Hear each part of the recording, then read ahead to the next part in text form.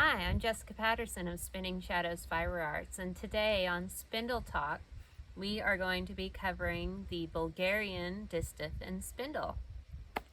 These actually came to me from Bulgaria. You can find them on Etsy. Usually they're listed as antiques, but I'm pretty sure a lot of them are new made, but they're of the style, and they tend not to be too expensive. So you can get like a whole oodle of the spindles for 20 to 40 bucks usually. Anyway, so I'm super excited. These were my first out of country items that my studio received, and it's taken me a little while to figure out how to use them. So let's take a look. This is one of my spindles here. As you can see, the notch on either end is sort of hand hewn. The rest looks to be turned, and it's stained with what looks to be an oil-based dye. When I oiled these, this dye came off. So, but yeah, and I've dropped it a couple times, so this end's a little bit smashed. So this looks like perhaps it's made of a lighter wood. It's a very light spindle in general, but easy enough to use. And here is the Distaff. This actually is pretty hefty.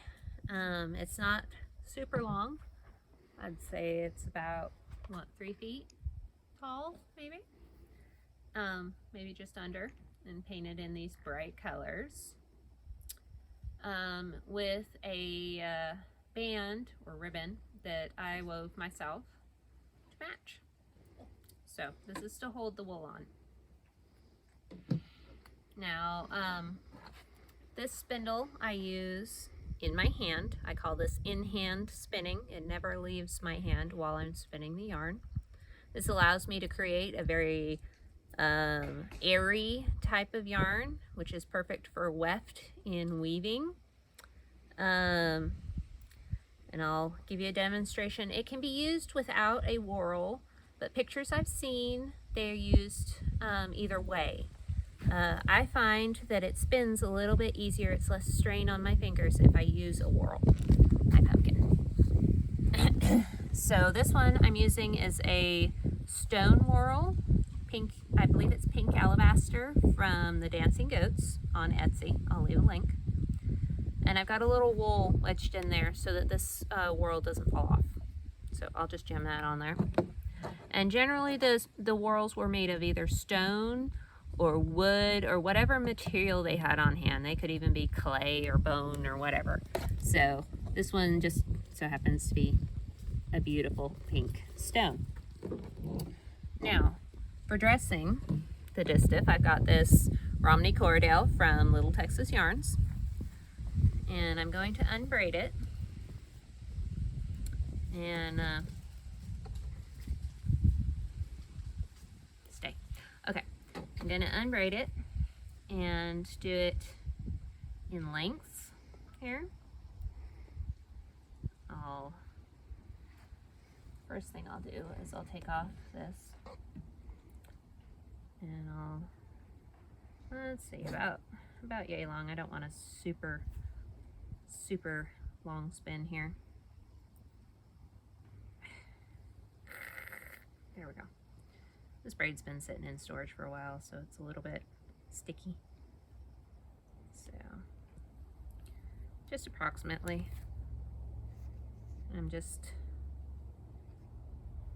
I'll show you more in a bit.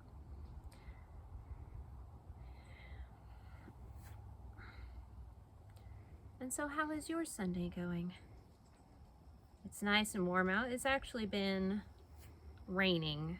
We have had basically what is like an English winter here for the past few days, and it's been miserable. I've been waiting for the rain to break so that we could do these videos, and finally it has, and now it's really hot. Especially working over a black table. Maybe that wasn't the smartest thing, but hey. Anyway, I'm teasing this fiber out so that it's nice and airy. ish. So, and the point of that is to be able to pull it away from the distaff easily. So I'll just do that. I'll take another piece and do that same thing. Now, this is all one color, so that's good. If it were multicolors, they'd mix together and it'd be sort of a muddied colored yarn, but that's fine. I've done that too. It actually turns out rather pretty. You'll have colors mixed together and some strong, like strong colors. It was an orange, gray, and green yarn, I believe, fiber that I was using, and it really did turn out pretty. And if you see a cat in the background, that is Pumpkin, our outdoor mascot. The brave spider, bug hunter, and all around soaker of attention cat. My other mascot is hiding somewhere. Is eating cat food. Okay, that's gonna work. Okay. Alright.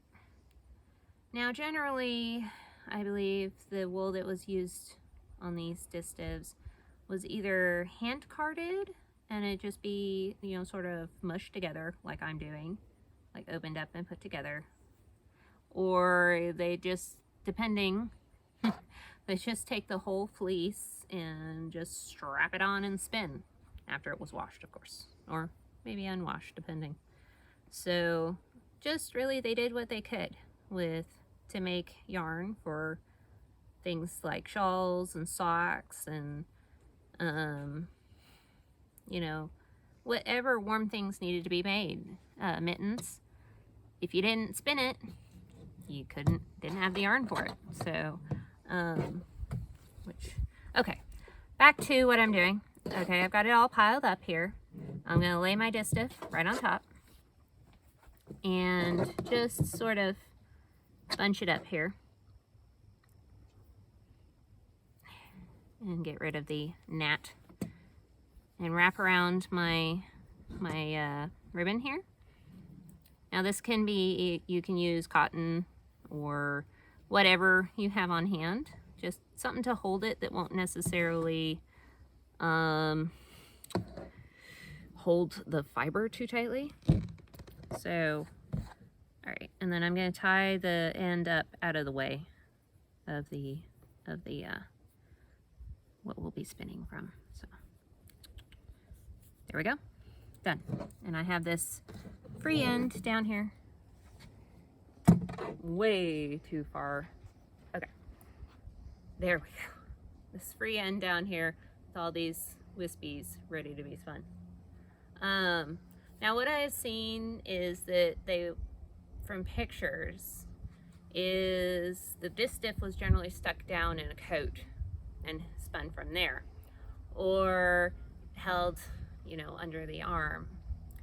So since I use the spindle with my right hand, and I don't really want to stick it down my vest at the moment, I'm just gonna stick it in my back pocket and use my left hand to draft and my right hand to spin. So what I'm going to do, attempt to do without dropping the spindle, so I'm going to take this end here and draft out a little bit and wrap it around the spindle. Hi, Pumpkin. Drop the cat on the ground. Get down. And start turning it between my fingers so it starts adding twist, and it'll slip a little bit, and that just happens until you get enough to wind around and start spinning. Now I'm holding it with these two fingers to make sure it doesn't drop to the ground, and turning it with my thumb and pointer finger, so in the clockwise direction. Spin clockwise, apply counterclockwise. Thank you, cameraman.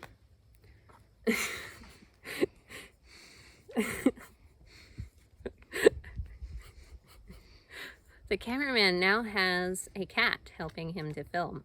This is gonna be hilarious. Anyway, okay. So, you got it? Okay.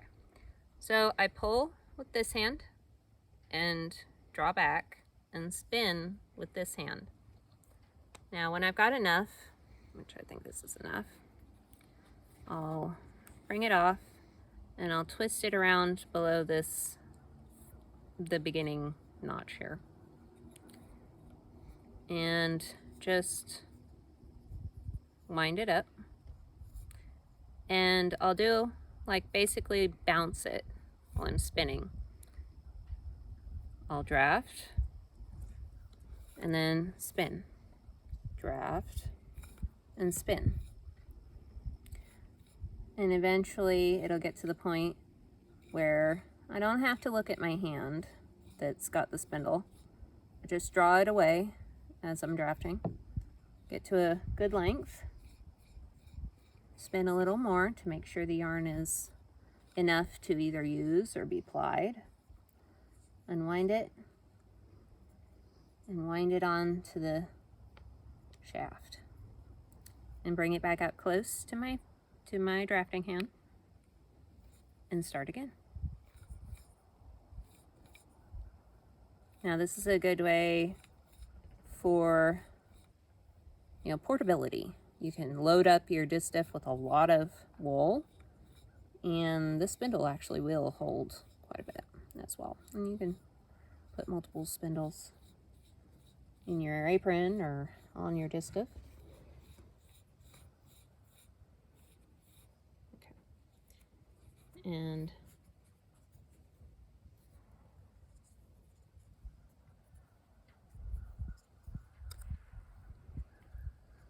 here we go. And if I want to take a break, just take my spindle, stick it up here in the Distaff, and go carry on. But anyway, I won't do that. I'm afraid it's gonna fall. It won't, really. This has enough wool on here, and you put the spindle in, you know, that's not going anywhere. Yeah, so that is a Bulgarian Distaff and spindle. That's about all there is to it. Nothing too fancy, but very useful, very portable, and it's actually pretty relaxing to be able to spin this way.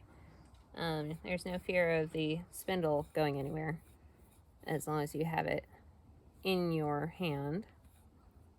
And it creates just a wonderful warm yarn, if that's, you know, something you want for your project, if you want to be able to felt it later once the piece is woven or knit.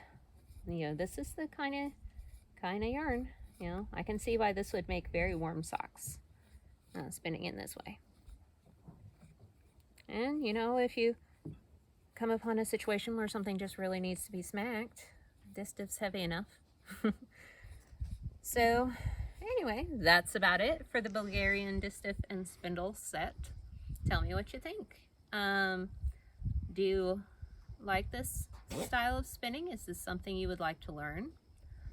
Spinning Shadows is here for learning. If you have any questions, if you're having problems with your own learning in spinning, then give me a message. You can find me on Facebook at facebook.com/spinningshadowsfiberarts, and send me a message. I'm always happy to help. And leave a comment, hit that subscribe button, that helps me out, and share. And look forward to more. Perhaps next we'll be covering the medieval spindle and hand distaff, which making a distaff is actually very easy, especially a handheld one. All you really need is a dowel a knitting needle or a chopstick. And I'll show you next time. As always, have a great day.